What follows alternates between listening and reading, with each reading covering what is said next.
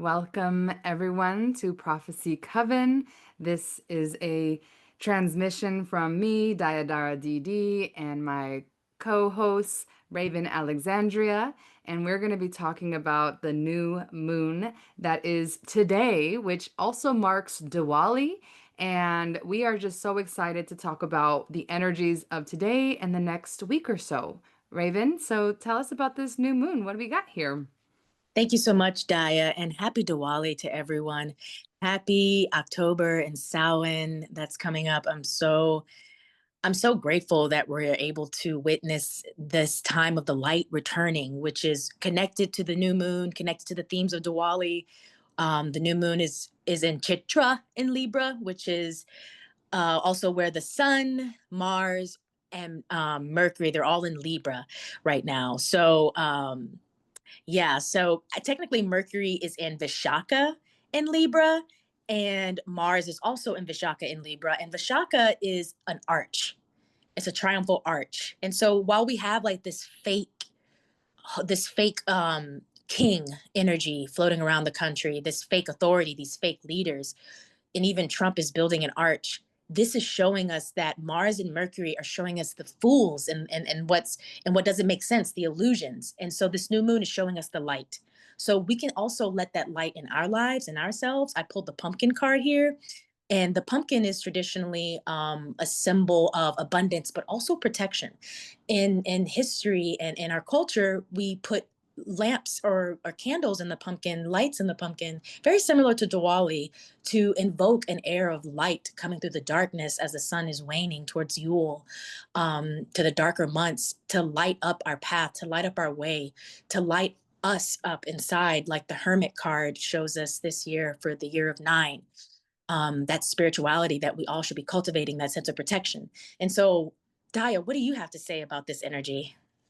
I love that. It feels so auspicious. And the card that I pulled from the Amenti deck, the Ma'at 42 Virtues, is both I relate in peace and I am peaceful. And I think as you're talking about a little bit of a civil unrest that we're seeing, globally or nationally, a lot of us are tired and we've had big years. This Mars years has not been for the faint of heart. This wood snake year has been big shedding for so many people. And so when I see I relate in peace, when we're combating darkness or in this world, like real evil, how do we stay in the light? How do we not succumb to that rage? Rage is okay because, it helps to birth new ideas, but how do we make sure that it's contained in a way that it doesn't destroy our own sense of being? And I think even with the pumpkin, right? With this idea of connecting to earth and the roundness, the unity. And so when we're grounded in peace, it becomes the ability for us to have patience and to really work on our own virtues. And that's how we'll see the change, move through our own lives into the world. And so with Diwali being today as well, and it's, Diwali is a 5 day festival. And with this new moon, it's like the biggest day. And it's really understanding that no darkness, no evil will overcome. It will always be the light. And so how can we focus on the light more? And I think that we can really see that now with Jupiter moving into lightness, moving into Cancer. Would you like to share anything about that, Raven? Yes, I would. And so Jupiter is in Purvavasu, which is literally the return of the light. And so it also represents the sun coming out after the storms of Ardra. And so remember, Jupiter is only going to be in Cancer for a little bit. He still hasn't moved in the Pushya in Cancer, and we'll notice a further shift of I won't say like the full manifestation of the overcoming of evilness quite yet, because it won't really start to come to fruition until around May next year, after he goes retrograde back into Gemini and then decides to go back into Cancer around May, and then we're going to get the full effects. So a lot of astrologers are referring to this time right now before he goes back into Gemini in retrograde as a little trailer as to what will come in the future. So right now we're just going to get that internal feeling, like you said, containing who we are right now and processing that, and not fully just like letting go of the past, but honoring the past and integrating those through art and lessons and action.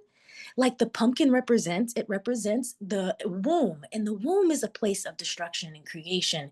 We live in a womb. This universe is a womb. And so we're going to rebirth right now, like the snake sheds its skin, like the hermit. We're at the end of the year, and he has that Martian quality to him. The hermit has opened his eyes. So his eyes have been closed this whole time, this whole year, and he's been meditating. And so now his eyes are open. And so I want us all to open our own eyes and let in the light right now and feel that inner sense of change and faith and forward movement and patience and being grounded, because the pumpkin is connected to Chitra in that it's a perfect thing. It's a round sphere of life that you can feed yourself off of, literally, physically, and then it magically brings you abundance and protection and sustainability. And so Chitra represents that. And so the energy is about understanding who you are and designing your life around your purpose, and understanding that is a skill, especially in this world. And everyone has that skill. Doesn't matter your class, doesn't matter your race. Everyone has that skill, and we're all here for that. And so, Daya, what do you want to say about what's upcoming, what's coming up for us, and how we can further integrate some of these lessons in this energy? Yeah, I love everything that you said. And one thing that I just want to add is, as oracles and as maybe highly sensitive people who are tapped into the veil, right? Because right now the veil is thin. We're coming close to Samhain, we're coming close to Dia de los Muertos, and we started already our ancestral fortnight in September, and it just keeps building with these other cultural festivities. And so for if you are listening to this and you're feeling a little bit like the weight is on, on your shoulders, or the world is on your shoulders, I would suggest going to your altars, making sure that your altars are being fed, your ancestors, you're communing with this subtle realm, because it will help ground and find that peace, especially after this year. It's not really I don't really feel like it's a time to make big move. I mean, you can make big moves, but it has to be grounded moves. It has to be very thought out moves, because we're going towards winter time, and I feel like this is a time to kind of collect, right? Collect all the lessons, collect all the wisdom that you have gone through from your experiences of this year. And like that beautiful pumpkin analogy, it's like how beautiful pumpkins are, like that beautiful orange. And so I'm seeing a lot of sacral energy, and like really being able to tap in, going within during this harvest season as we get closer to the to Yule, and just feed that energy, being a more an internal energy. Even though that, like you said, the hermit has opened its eyes, the hermit has opened its eyes to truth, and now then he walks that. And so how are you walking your truth at this time? And this new moon, I think, is the perfect time to really do something for yourself in that regard. Yeah, because next year we're entering into the wheel energy of fortune, and it's the sun energy, I believe. So yeah, then it's like we understand the relationship between Mars and the sun, taking our power and actually using it for good, and using it for the light, and not being overcome by grief and darkness, and processing it and transmuting it. I think for sure. Yeah, nourishment is just what's coming up for me right now, especially with that pumpkin out. It's just like, actually, you didn't read the card, the what it says on the Yeah, card, can you? hard now because it's kind of like very rich and poetic. So we're gonna end it with this, as we wrap up. Uncaging the spirit within thou, the fertile power you hold, to taste your buttery velvet upon tongue is a gift I shall cherish each day that comes. And just instinctively and intuitively, I'm reminded that being human is a blessing.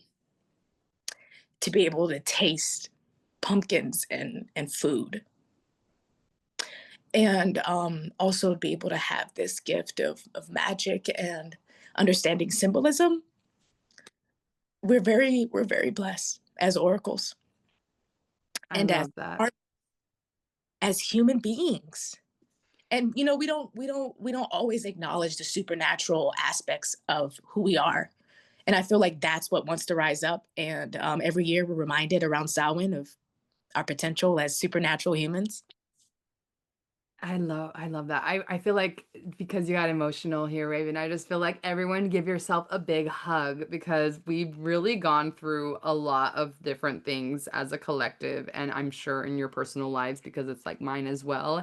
And when I look at this card that I pulled, I relate in peace and there's a circle and it's like unity, but it's also understanding like we have the tools to see through this darkness, and when we use gratitude as a practice of grounding ourselves in this human experience, then we really can find that peace within. And that's what I wish for everyone on this Diwali, on this new moon, this next 2 week cycle, that we just can really ground ourselves in harmony with the earth, with our soul's purpose, with our dharma, and allow it to shine brighter in this world. Jai Hanuman, especially if you need to uplift yourself as we're heading towards the holidays. Hanuman's a great deity to focus on right now with it being a Mars here and also with all the Libra energy. So watch your mouth, watch your thoughts, watch your faith, and believe in yourself. And Hanuman can give you that superhero strength that you need right now. Sponsored Ooh. by Hanuman. Sponsored by Hanuman, Jai Hanuman, Jai Ma. And yeah, sending everyone so much love. Thank you for listening. And if you would like to learn more about what me and Raven are doing here at Prophecy, join our Patreon, patreon.com/prophecy coven. We'd love to have you. Me and Raven also are working within our own projects. So do connect with us, and we can't wait till the next one. Yes, me too. Thank you so much, Daya, for meeting with me today. We had some technical difficulties, but again, we persevered through the darkness, and now we're integrated both darkness and light, playing in the shadows. Come join us. Yes, I hope. Jai. Bye.